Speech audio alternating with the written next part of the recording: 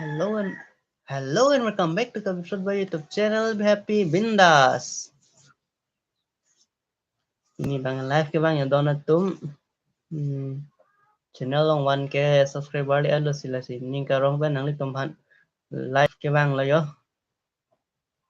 Nang li to thing nu ke bang la live ke bang la yo. Sila rang on donatum. Kabishot by YouTube channel ta me one ke subscriber playing alo yo non bang ning karong upload lo la si bang đó kavita Colorful Boy Family teman kira nang jathan na ho wotai ho ahok ta ho to ang sarang nan tum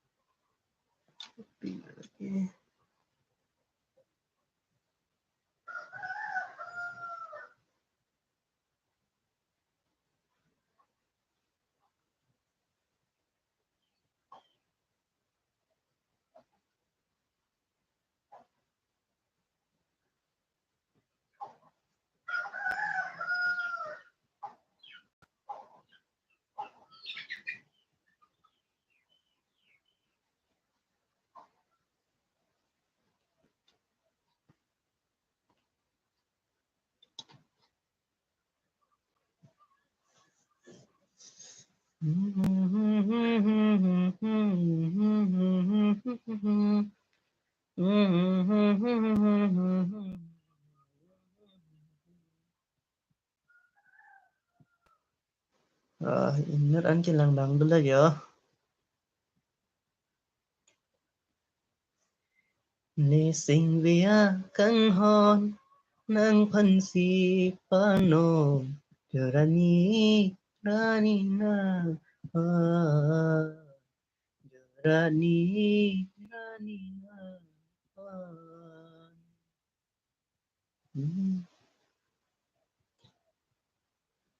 ingat belang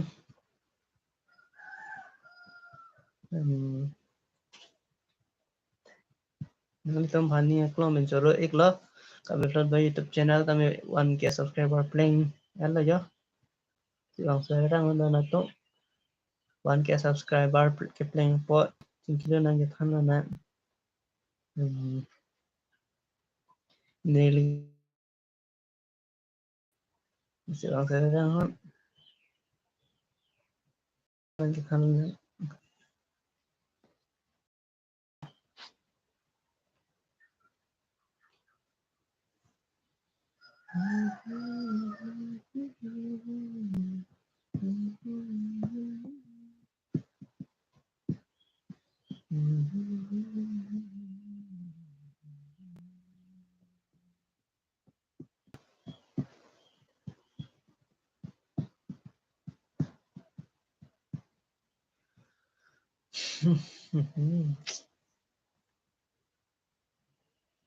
One sing ki hang aban Bot sinang puan kang chan Manaya son kelandan Jok penta ching bar bena Kang hon pa jirji apan Jadi nang panrani bang Bonta sing arlo alam Nang pebar hai he chena One sing ki hang abang udah lah obvious udah lah lama udah lah live ke bang ta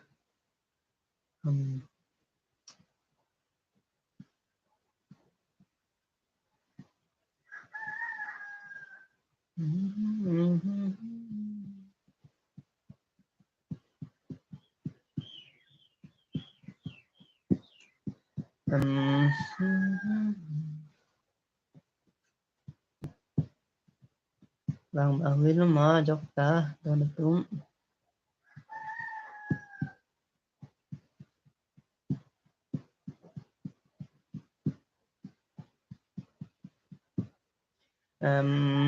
trong hỏi dengan 1K subscriber kali part video special video do igi tonton si trong hỏi channel video bang ke 1K subscriber kali po so video bang ke special celebrity lah senang tom trong hỏi dengan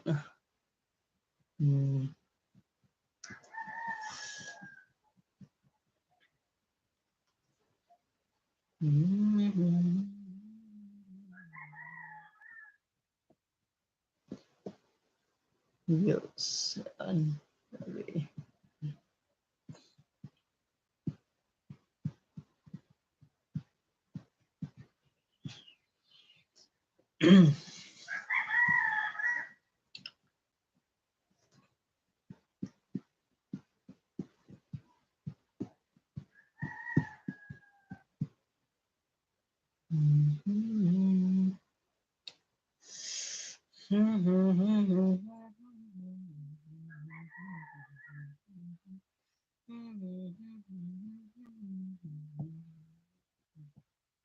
new subscriber iklo korte nili channel ta nang subscribe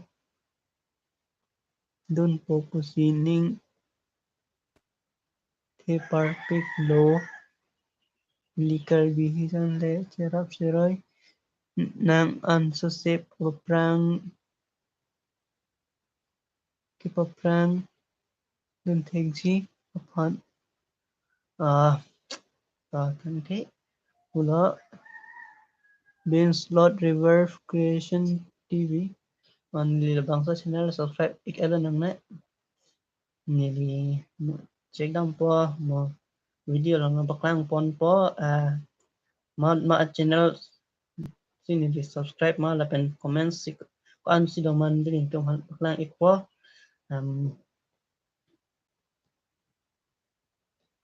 tong hong ik channel video dap po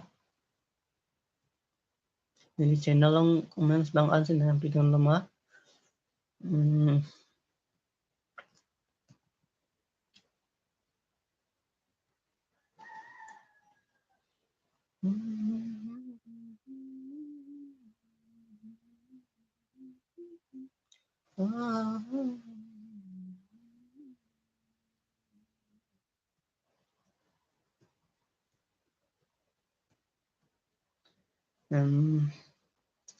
abi lama lah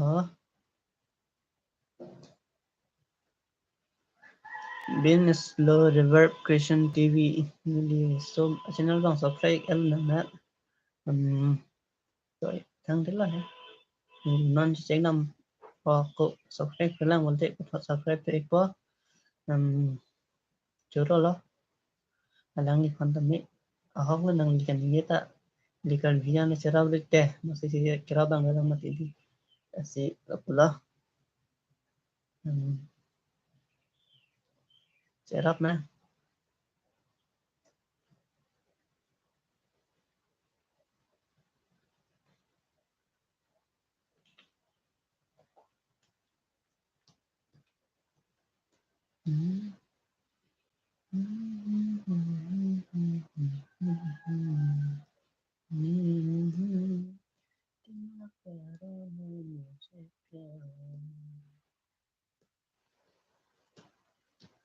lại phần bằng về nước ta thắng thế lo chỉ lại phần chính là có lo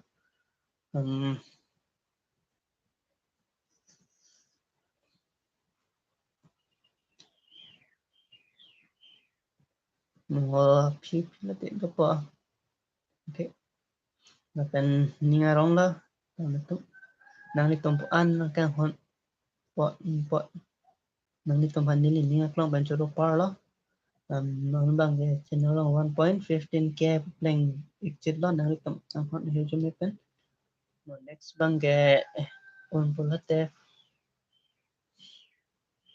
an nang ne la New Year's bang iun pula te 5K ba wala ifan sinili bo ipon po la sinili tumakang hon support bang kanan stop la si no son tak tale na ito ni konton ibong lo pula te anso sesi nili kami ki kami am tami ningru kon bom po nah no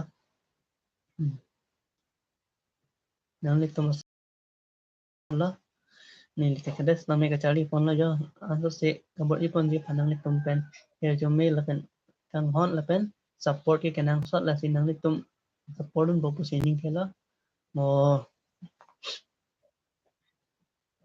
next time bang ke anso se awi dio kimesen naman ipon sinili sebab ipon anso se bo ipon ibong po lalo nang live ke bang ke lapu ming karong do lapen nang litum han mingkang samsi nang litum atino ke bang lojo nang litum anak kang hot and non kami for YouTube channel tam 1.15k nang balipi po nang litum han ni ning klong pen churu ik no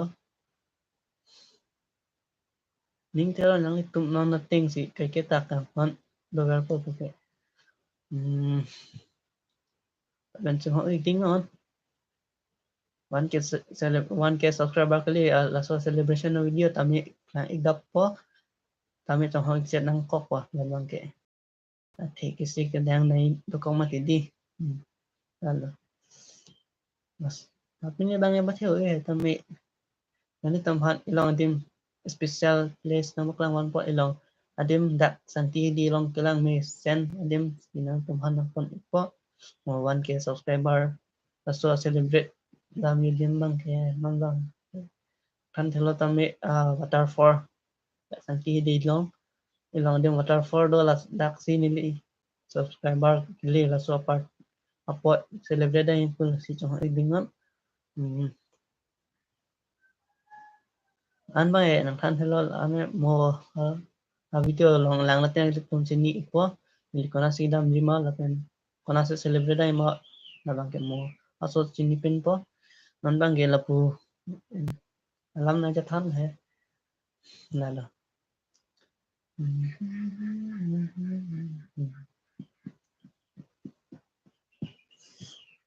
lapen neli channel long hap to upload cheng pen video an ma ke labang sa video long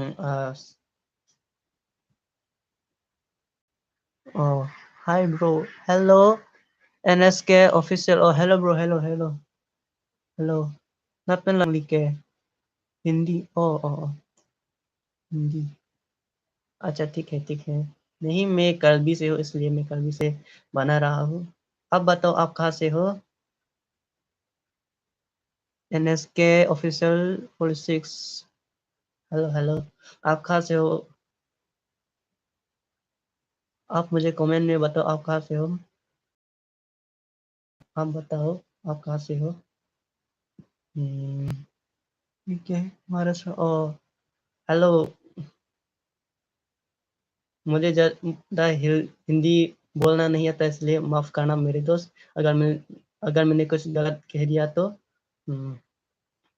शुक्रिया आप महाराष्ट्र से देख रहे हो आपको बहुत बहुत शुक्रिया दिल से धन्यवाद चलिए और कोई है क्या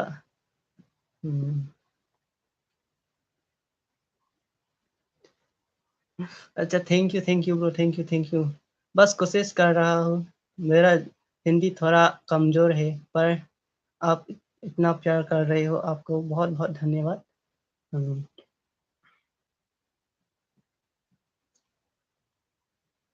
और क्या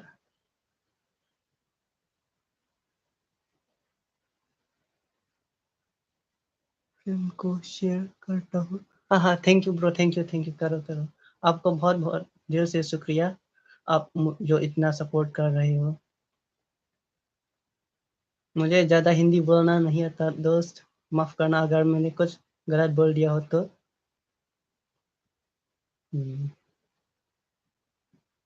और कोई है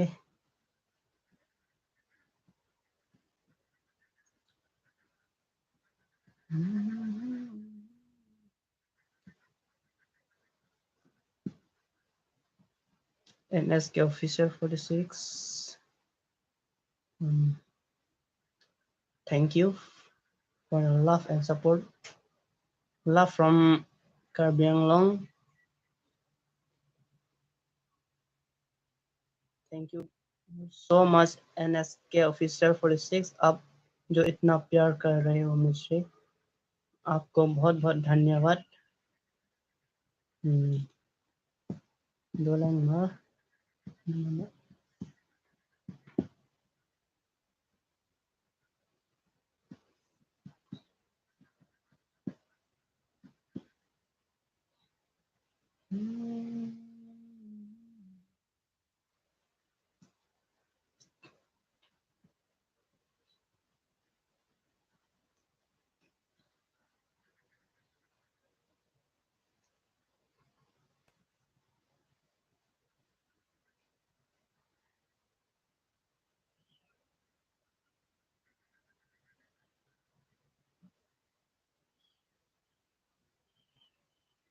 हेलो, आप कहाँ से हो? क्या है? आदिवासी जरा आदिवासीरा. हेलो हेलो हेलो, आपको स्वागत है अभिफ्लोट बॉय के लाइफ में. अगर मैंने कुछ गलत प्रोनाउंसिएशन कर दिया हो तो कुछ मुझे माफ कर देना. क्या हाल चाल है ब्रो? मैं ठीक हूँ, आप बताओ आप कैसे हो? आदिवासीरा. अगर मैंने कुछ गलत प्रोनाउंसिएशन कर दिया हो तो मुझे माफ कर देना दोस्त. मुझे ज़्यादा कार्बी के अलावा थोड़ा हिंदी थोड़ा बहुत बोल लेता हूँ, लेकिन इतना फ्लुएंसी बोल नहीं पाता हूँ. बस कोशिश कर रहा हूँ. कॉल मी राम. Oh hello. अच्छा ठीक है राम. आप कहाँ से हो दोस्त? बताओ राम.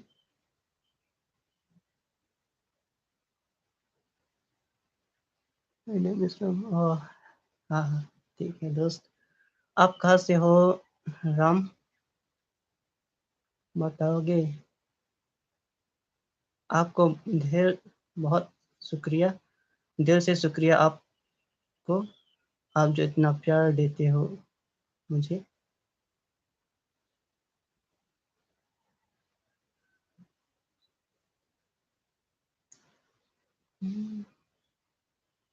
और कोई? नासिक महाराष्ट्र. हाँ अच्छा ठीक है. आपको स्वागत है. Love from me. आपको बहुत प्यार कार्बी आंगलोंग की तरफ से.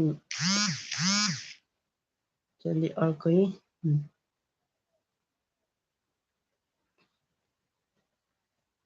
आपको ढेर सारा, आप दोनों को ढेर सारी प्यार. आप लोग बस हमेशा खुश रहो, मस्त रहो. आपके परिवार में कोई भी खुश रहे, बस यही दुआ है. कहाँ से हो? मैं कार्बी आंगलोंग से हूँ दोस्त. बस दुआ काट हो, आप सब लोग हमेशा खुश रहो, मस्त रहो. आपके हर काम को कामयाबी मिले. कहाँ से? कार्बी आंगलोंग से दोस्त, या नॉर्थ ईस्ट की तरफ से. कार्बी आंगलोंग नॉर्थ ईस्ट.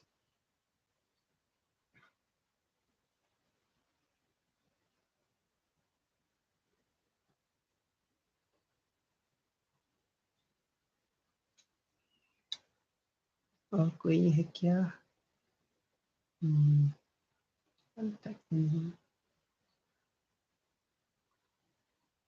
अगर कभी मौका मिले तो जरूर आपके यहाँ घूमने आऊँगा दोस्त. नासिक. वहाँ का स्पेशलिटी क्या है दोस्त, मुझे बताओ.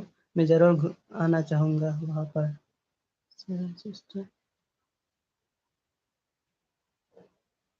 हाँ हाँ. असम से हूँ, असम से. मैं असम से हूँ. असम स्टेट पर है कार्बी आंगलोंग। और कोई?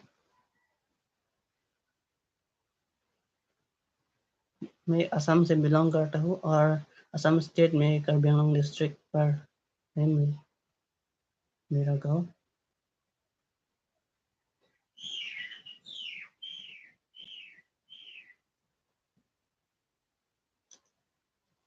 और कोई?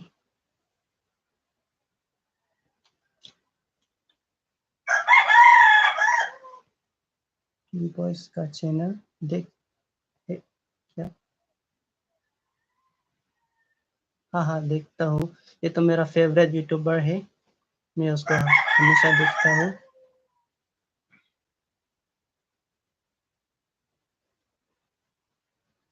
उसकी काम करने का अंदाज मुझे बहुत अच्छा लगता है। वो जैसे बोलते हैं, कैसे फनी करते हैं, उसको देखकर मुझे मतलब बहुत खुशी मिलती है।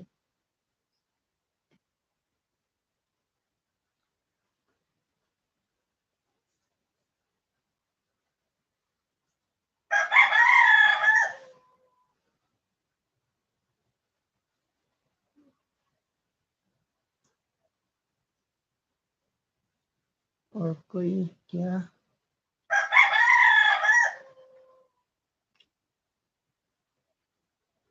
आप दोनों का बहुत बहुत धन्यवाद दोस्त। आपने जो इतना सारा प्यार दिया मुझे। हाँ ब्रो, मैं भी जाता हूँ, फिर कभी मिलेंगे। तो यही पर करते हैं आज का वीडियो समाप्त। तो सब लोग खुश रहो, मस्त रहो and bye bye. Nasi dalam tom punya video bang lang sekarang ton iklo. Mu next video long se ton tu iklo nam. Mu next video bang 1K subscriber celebrate. Me okay bro, I will come in your place for vlogs. Vlogs बनाने के लिए मैं जरूर आऊँगा दोस्त, बस इंतज़ार करो। अच्छा ठीक है दोस्त, फिर कभी मिलते हैं। बाय बाय, बाय बाय, नमस्ते एंड कारडम।